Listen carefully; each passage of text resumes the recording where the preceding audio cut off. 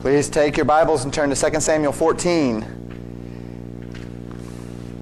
Find ourselves in verse 21 this evening, and then working through to chapter 15, verse 6. Title of the sermon, The Subtlety of Rebellion. We're talking about rebellion from a little bit of a different concept, a little bit of a different angle tonight. Normally when we preach a message on rebellion, which we have done several in 1 and 2 Samuel, we're considering rebellion in a personal sense. Tonight I'm not going to be so much teaching you about the danger of rebellion in your own heart, although it is certainly something that can affect you, as much as we'll be considering rebellion from the perspective of leadership. The warning this evening will be directly in regard to the possibility of men who are rebellious seeking to earn your favor, and the ways that you can tell that indeed they are rebellious. So we talk about the subtlety of rebellion. Remember where we left off. We're dealing with Absalom. And last time we saw David confronted by a woman which the text says is wise. When we look at the word there, wise, it's the same word used of Jonadab in the chapter previously. Of crafty or subtle would probably be a better word for it. She was employed by Joab as a kind of backdoor way of getting David to listen to him, of getting his message across to David in a way he thought David would listen. We talked about all the reasons why David may not have been willing to listen to Joab, maybe because Joab is David's nephew or whatever the case may be. We don't fully know why, but for one reason or another, Joab used this woman to come, presumably to keep David off guard or to disarm him. David sees through the scheme, however, understands that it is indeed Joab that is doing this scheming, but consents to do as Joab asked and to bring Absalom back. And so we saw Absalom come back.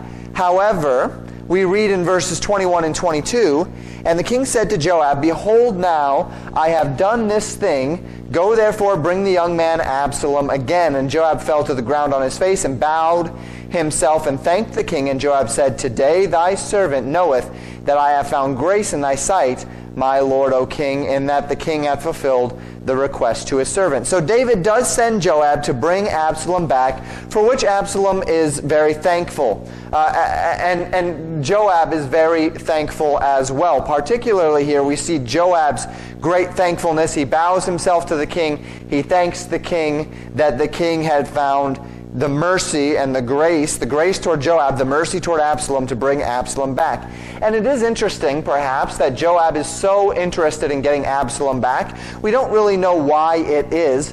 It seems as though Joab has a deep respect for Absalom. However, that deep respect does not run too deep, as we'll find out in a couple of chapters. It was Joab, however, who, directly contrary to David's will, deceitfully killed Abner in revenge for his brother's death. So Joab may have, in a manner of speaking, related a little bit to Absalom. He may have related to Absalom wanting to kill his half-brother for raping Tamar. He may have respected Absalom for this step, for this decision. And so he thought Absalom would make a great next king. He is now next in line to the throne. There is a brother in between Amnon and Absalom, but we read nothing of him throughout the whole of the scripture other than when his birth is listed. And so we don't know where he is, but it seems as though Joab thought Absalom would be next to the king, to the throne. That is specifically why we would believe he said that David was doing a disservice to the whole of the nation by keeping Absalom in exile. So it seems as though, and then also we understand that Joab and Absalom are cousins, right? So there's some family ties, and there may be a respect here for a man who Joab thought, here's a man with enough gumption to do what he thinks needs to be done, just like when Joab killed Abner. We continue in verses 23 and 24, and we read this. So Joab arose and went to Geshur and brought Absalom to Jerusalem. And the king said, Let him turn to his own house and let him not see my face. So Absalom returned to his own house and saw not the king's face. Joab arises, he goes and he gets Absalom. However, notice the condition upon which David allows this. He is not willing to have Absalom be presented before him. By this, David is showing mercy in allowing Absalom to come back to Israel, but he is simultaneously maintaining his disapproval for Absalom and his actions. In a manner of speaking, Absalom is still in exile from the king. He has not been presented to the king. He is not in existence, in a manner of speaking, for the king. It's possible that by leaving Absalom in this partial state of exile, he felt justified in not fulfilling his kingly duty of demanding Absalom's execution for the blatant and premeditated murder of his half-brother. We don't exactly know why David saw fit to leave him in this sort of half-exile, but there is little doubt that Absalom, while happy to be out of exile, was not happy that he was still not restored to the king. There was still an obvious strain between him and the king. And his pride, in his pride at the very least, this was unacceptable to Absalom. Now, at this point, we get to consider a little bit more about who Absalom is. And this is going to be important as we continue through the text. In verse 25, we read this: "But in all Israel there was none to be so much praised as Absalom for his beauty. From the sole of his foot even to the crown of his head there was no blemish in him." So we mentioned several weeks ago, and we've mentioned several times, that Absalom was a fine specimen of a man. The text calls him a beautiful man. Now my daughters would take exception to this description of him. They always tell me girls are beautiful and boys are handsome. So we'll just call him a handsome man this evening. The Bible says that from his foot to his head there was no blemish in him. The guy had it all. He was probably big, tall, strong, beautiful. He had it all. And he knew it.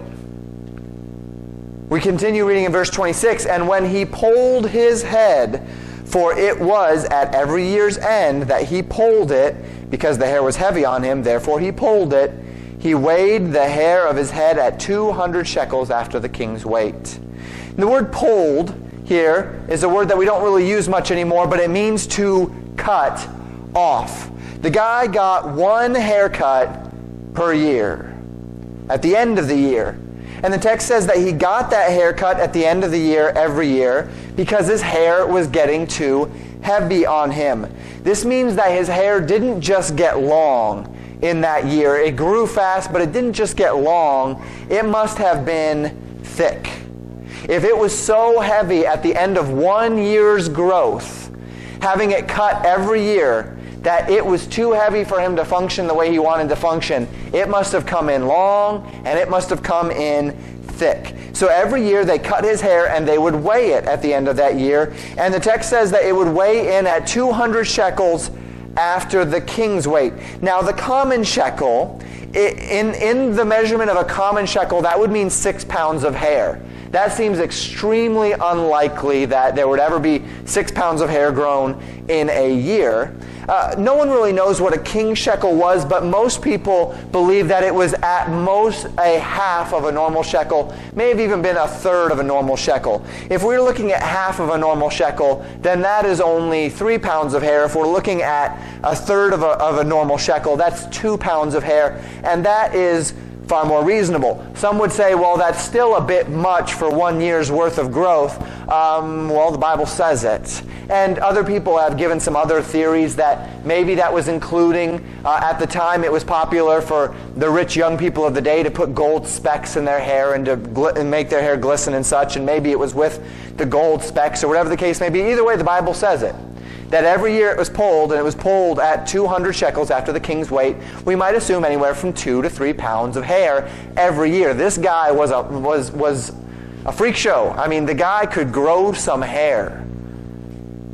And the scriptures say that he was a handsome guy. And that's what these two verses are trying to show us. The guy was a physical specimen of physical specimens. And he also had a beautiful family. We find in verse 27, "Unto Absalom there were born three sons and one daughter. And interesting, what did he name his daughter? Tamar. She was a woman of fair countenance. So he had 3 boys and a girl. The text is careful to mention only his daughter's name here, Tamar, after his sister, who was now living with him in the shame for her half-brother's rape of her. And the text tells us that she was a very beautiful woman. So that's more on Absalom. He was a great-looking guy. He had great-looking children. And he knew that he was in a good place.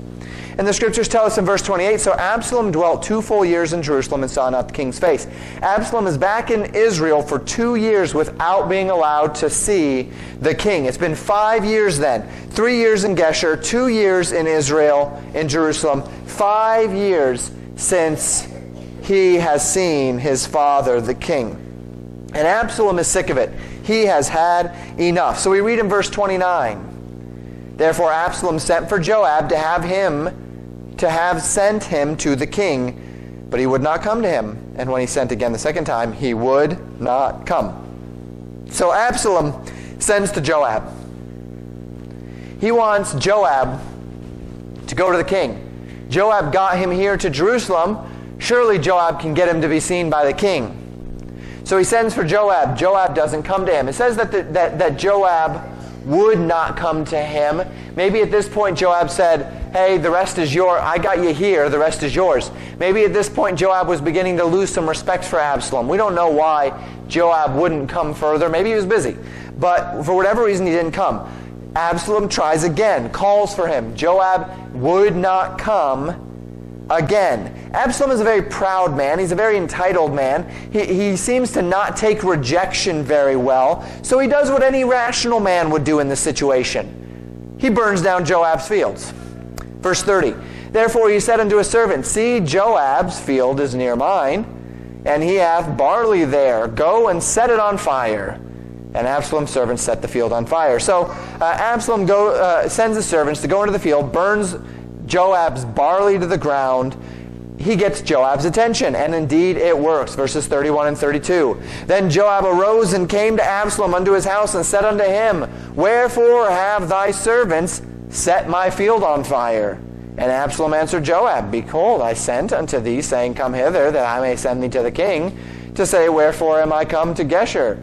It has been good for me that I have been there still. Now therefore let me see the king's face, and if there be any iniquity in me, let him kill me. Joab comes to Absalom and naturally asks him, look, why did you just burn my barley down? Absalom says, because I wanted you. I have an errand for you, and you wouldn't listen to me. That's entitlement if you've ever seen it. Go to the king, he says. Ask why he brought me back from Geshur at all if I'm not allowed back into the royal family. In a manner of speaking, he then dares David. He says, look, either pardon me for killing my half-brother or kill me, but don't leave me in this state. Well, this request, though gone about in a very proud way, is actually somewhat reasonable. David is avoiding conflict here at the expense of solving conflict, and that is a problem. In my opinion, David should have just allowed his son to die for his sin. We read in verse 33, however, so Joab came to the king and told him. And when he had called for Absalom, he came to the king and bowed himself on his face to the ground before the king, and the king kissed Absalom. Joab goes to the king agrees to see Absalom and not to kill him. Absalom comes to the king, they officially reconcile. This is official kingly reconciliation. And then the king kisses Absalom, Absalom bows before the king, it's all good now. We move directly into chapter 15. A few more verses of exposition. This is Absalom's full restoration back to the kingdom. In chapter 15, though, things are going to change. Absalom is now reconciled with the king. He has the freedom to move about. He receives restoration of his reputation in the kingdom. People recognize he's on good standing with his father. Everything is fine. They're going to regard him again. He's back in line for the kingly line. But it seems as though his desire to reconcile with the king may not necessarily all have been based on simply the relationship he had with him. It seems as though Absalom needed his relationship to be right with the king so that the people would see him with favor, so that he could rebel instead of openly, he could rebel subtly. And so we read in chapter 15, verse 1. It came to pass after this that Absalom prepared him chariots and horses and 50 men to run before him. At some point after their reconciliation, Absalom gets together chariots and horses, 50 men that run before him in a royal procession. This would have been impressive. The chariots, we don't read of David riding in a chariot ever. As a matter of fact, we mostly hear of him riding on donkeys.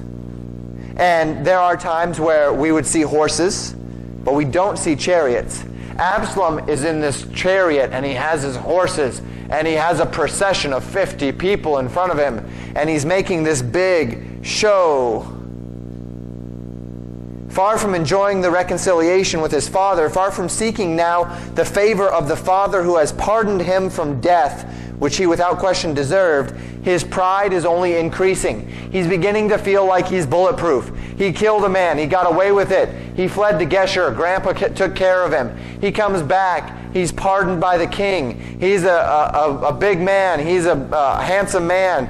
Everything's going well for him. And it becomes clear at this point that Absalom's ambitions go well beyond simply being the king's son and rests upon receiving the kingdom for himself.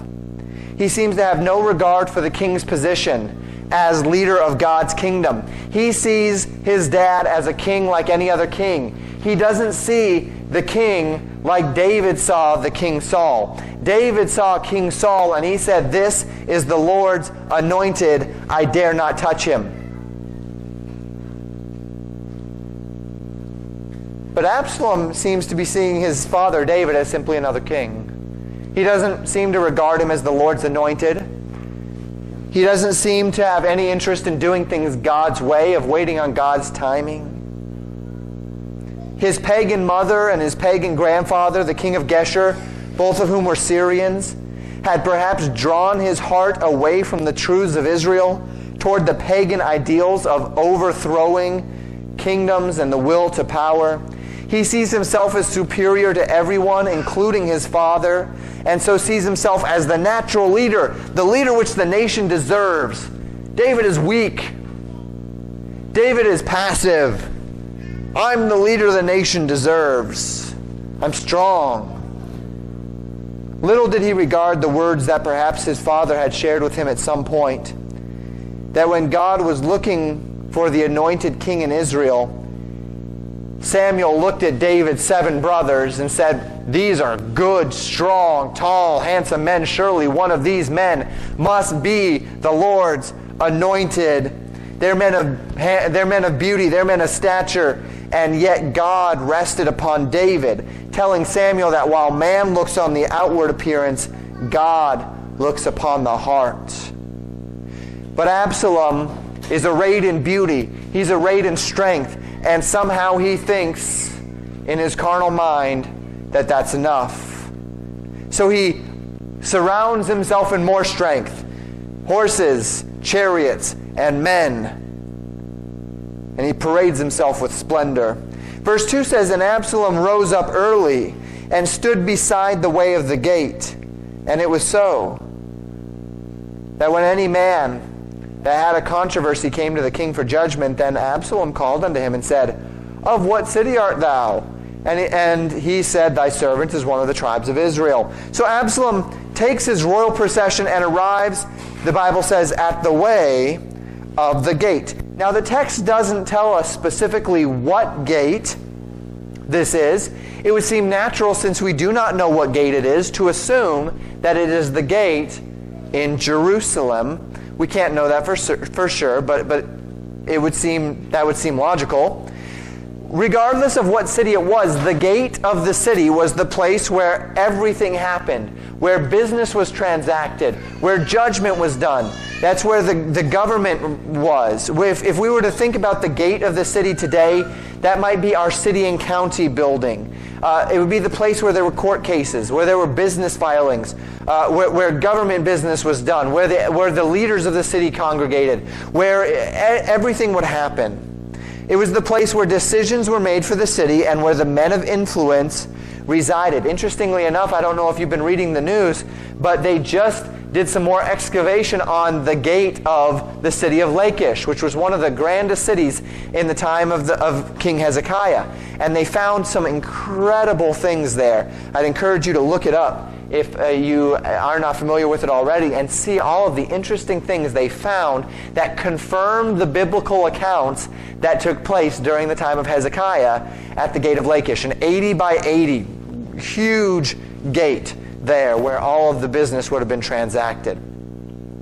So Absalom comes to this gate and sees men in need of judgment. They're looking to the elders of the city to make these decisions. They're looking for someone to judge between right and wrong. Maybe their neighbor built a fence on their land. Maybe one of their neighbor's dogs hurt one of their cattle, or we don't know. All of the different things that could need civil judgment. And with every man that would come, Absalom would ask him, "What city are you from, friend?" And the text implies this, with this general phrase, "Thy servant is one of the tribes of Israel," that they would tell them where they were from, their tribe affiliation and such. They would say, I'm from here, I'm from there.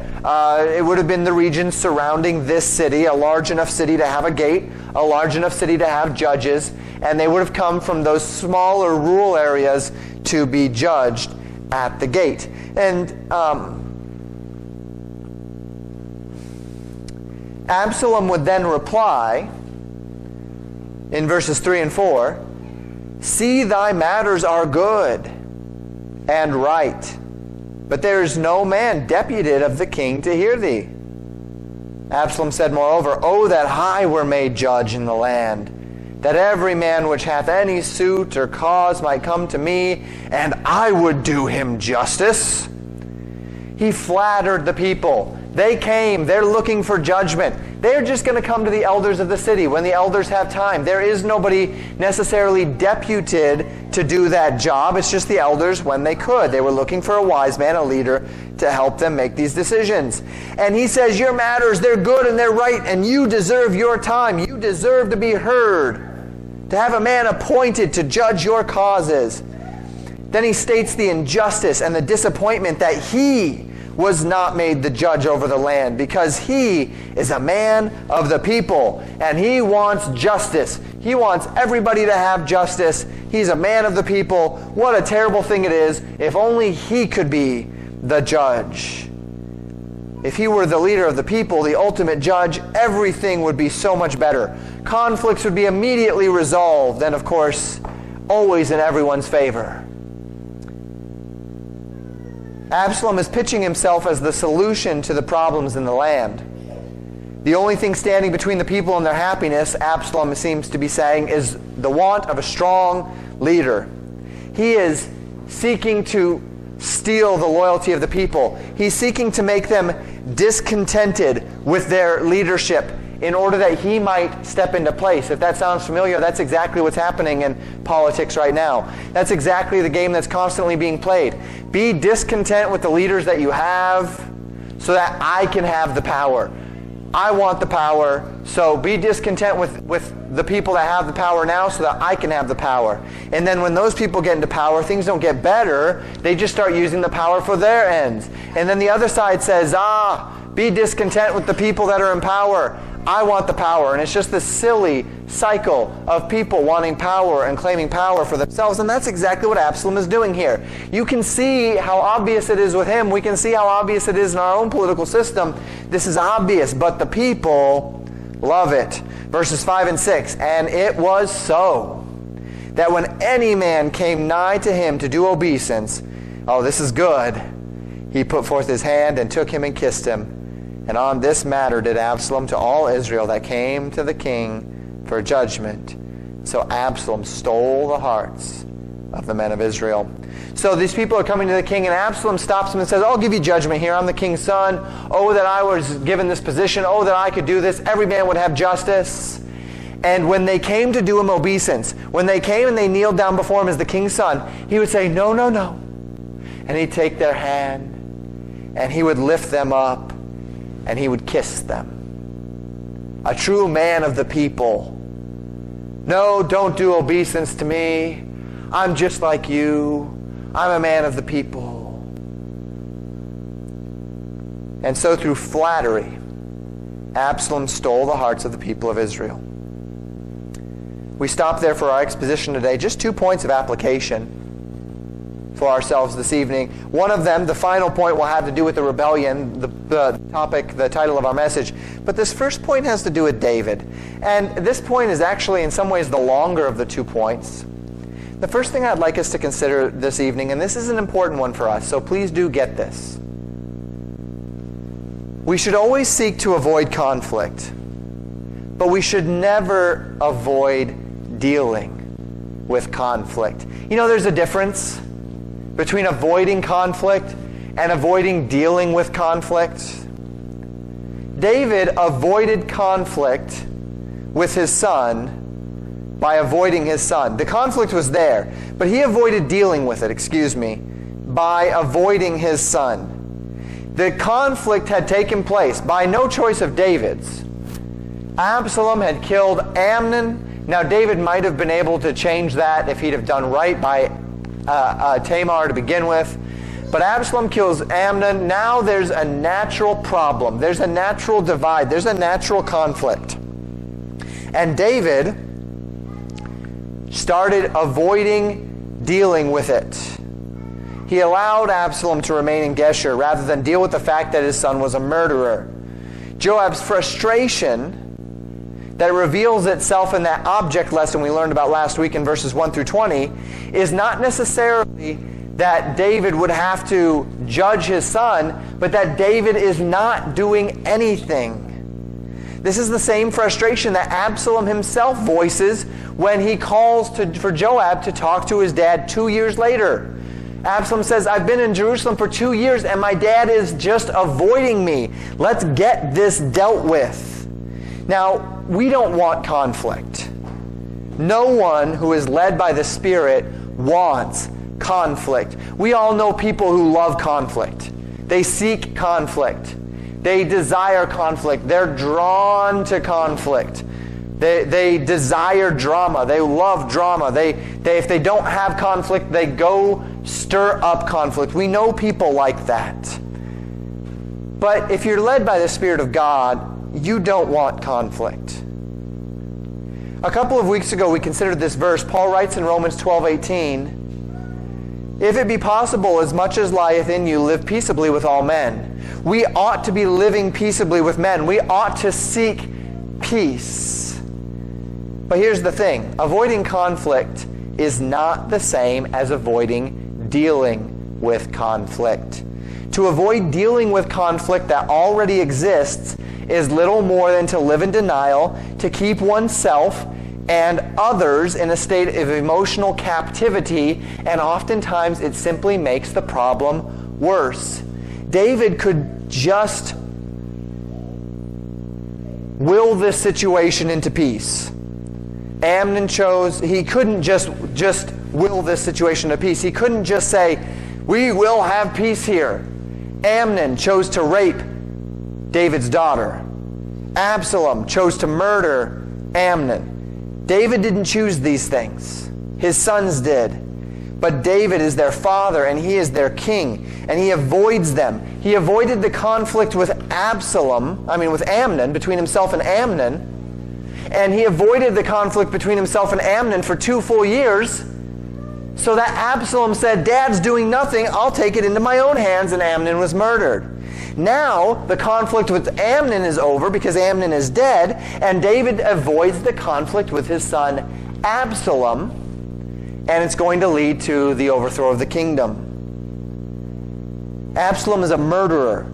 David is his father, king, and is responsible for justice. But instead of seeking justice, David ignored it. And while it is always right for us to seek to avoid conflict, it is never right for us to avoid dealing with conflict that is already out there. To avoid dealing with conflict doesn't make the conflict goes away.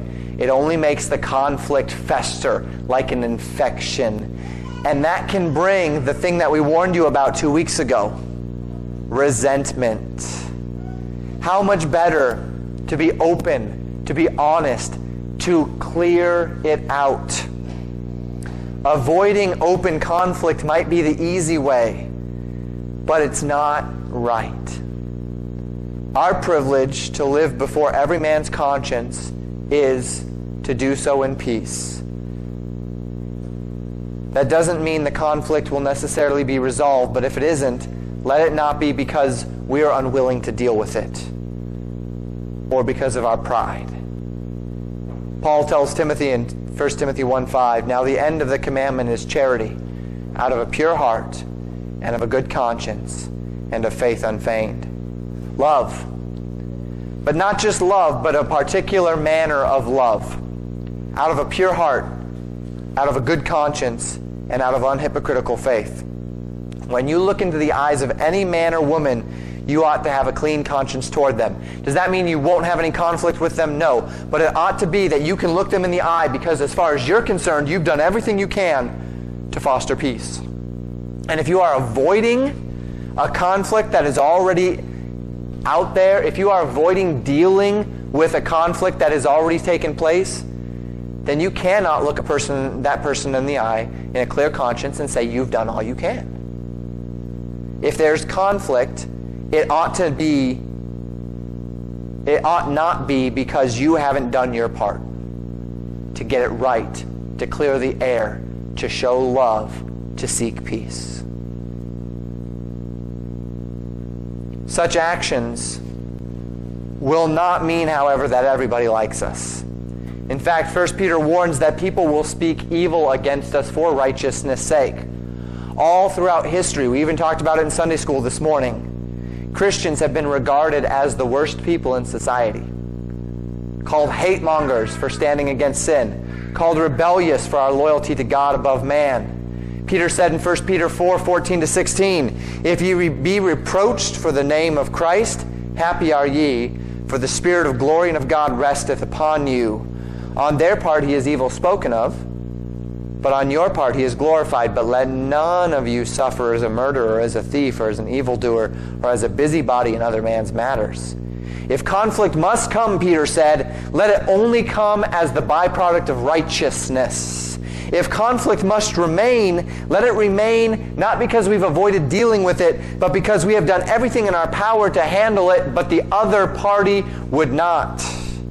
Let us be able to look into the eyes of any man and every man and do so with a clear conscience, that we have not brought conflict through sin, through unrighteousness, or through ignorance, but that we have dealt with every conflict we can, that we have done all things in righteousness, that any conflict that arises along those lines, and that we have a pure conscience about it. So we should always seek to avoid conflict, but never avoid dealing with conflict. David avoided dealing with conflicts that already came to pass, and because of it, in my opinion at least, Amnon died and Absalom rebelled. But point number 2, and this is our final point, though we'll consider it in two parts. Beware of men seeking power in the name of the people. This point transitions to thoughts about Absalom. Absalom was a man who sought to portray himself as a man of the people. And he did so for a particular reason. He did so that with flattery he could win the hearts of the people. People in every age are quite the same. They want to feel like their leaders care about them. They want to believe that their leaders have their best interests in mind. They want to be heard. They want to be regarded. And that's not a bad thing. They want to feel like they're more than just a body or a number or a tax bracket. They want to be treated like they are human, like they're living souls. And leaders don't always do very well at this. Power, by its nature, tends to bring wealth and tends to bring privilege. And apart from a regard for a higher power than himself, namely, apart from the conviction that a leader is under God, and that he is not entitled, but rather responsible to God as the King of Kings, the allure of leadership is truly an allure to power. So Absalom comes to present himself as a man of the people, a man who has their ear, who wants to serve them, who wants to empower them. And the people were rightly encouraged by this, but in their excitement they failed to be cautious.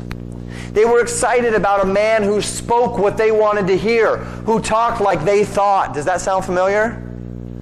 We're going through that in our election right now. The Republican candidate is a man who has been brought through the primaries to candidacy because he says out loud what a lot of people say in their heads, but they won't say out loud because it's indecent, because it's unkind, because it's crazy, preposterous. And that's that same idea, a man of the people, a man that's like the people, a man willing to say what the people hear, but they failed to be cautious. They failed to think that through the manner in which Absalom was going about seeking to empower himself through the people, seeking to bring the people up, he was doing so at the expense of God's commands, of God's will, of God's way, of God's righteousness. He was literally standing against the Lord's anointed in the name of the people. And the people didn't stop to consider, wait a minute. This is what we want. We want someone that will listen to us. We want someone who will treat us with respect. But what about somebody who will do it God's way? Do you remember David? How he ran in the wilderness for years, not killing Saul, even though Saul, he had chances to do so. And he did that not because he didn't have the opportunity, not because he didn't want to stop running. He did so because he loved God and God had anointed Saul. The people didn't stop to think that what Absalom was doing here was not just rebellion against King David, it was rebellion against God. And this brings us to the second half of our point. Beware of men seeking power in undermining, in the name of the people by undermining the authority of rightful leaders. Beware of men seeking power in the name of the people through rebellion. David was the Lord's anointed. David refused to do anything that would undermine the authority of the God-ordained king, King Saul. He had chances to steal away the heart of the people, and he didn't do it. The people, their heart was won to David not through rebellion, not through undermining the authority of God's ordained leader, but much rather through the opposite, through submission. He won the hearts of God's people by doing right by the king, by honoring the king's authority and position, and by allowing God to be the one to put him into power. A leader who honors the people when he's rightly trying to honor the people is a wonderful thing. Now, Absalom wasn't doing that. Absalom was pretending to honor the people for the sake of power. And this is the problem with power. Every single evil leader over the past century has risen to power in the name of the people, haven't they? Hitler rose to power in the name of the people. Russia fell to communism in the name of the people, as did North Korea, as did China, as did Cuba. They fell under dictator rule. Millions, tens of millions of people killed in the name of a person who said, I am a man of the people. But what were they truly seeking? Power. They're seeking, they came up on the premise of power, of rebellion, even in the name of the people. When a leader seeks to bring about the promises of the people through unrighteous means, there is something wrong. All throughout history, evil men have arisen to leadership through the promise of a better tomorrow for the people. It's the only way they can get the support they need. But by their fruit you will know them. Absalom might have had all the good intentions in the world. He might have even truly believed he could do a better job than his father. But in his haste for justice, for right, for the people, he abandoned principle. And if a leader will abandon principle for the people, what will stop him from abandoning principle for himself away from the people when it becomes expedient? And of course, this is the problem in our election. Two people claiming that they are both for the people, both of whom have no principles, neither of whom would be at all troubled to renege on any promise or any statement they've made.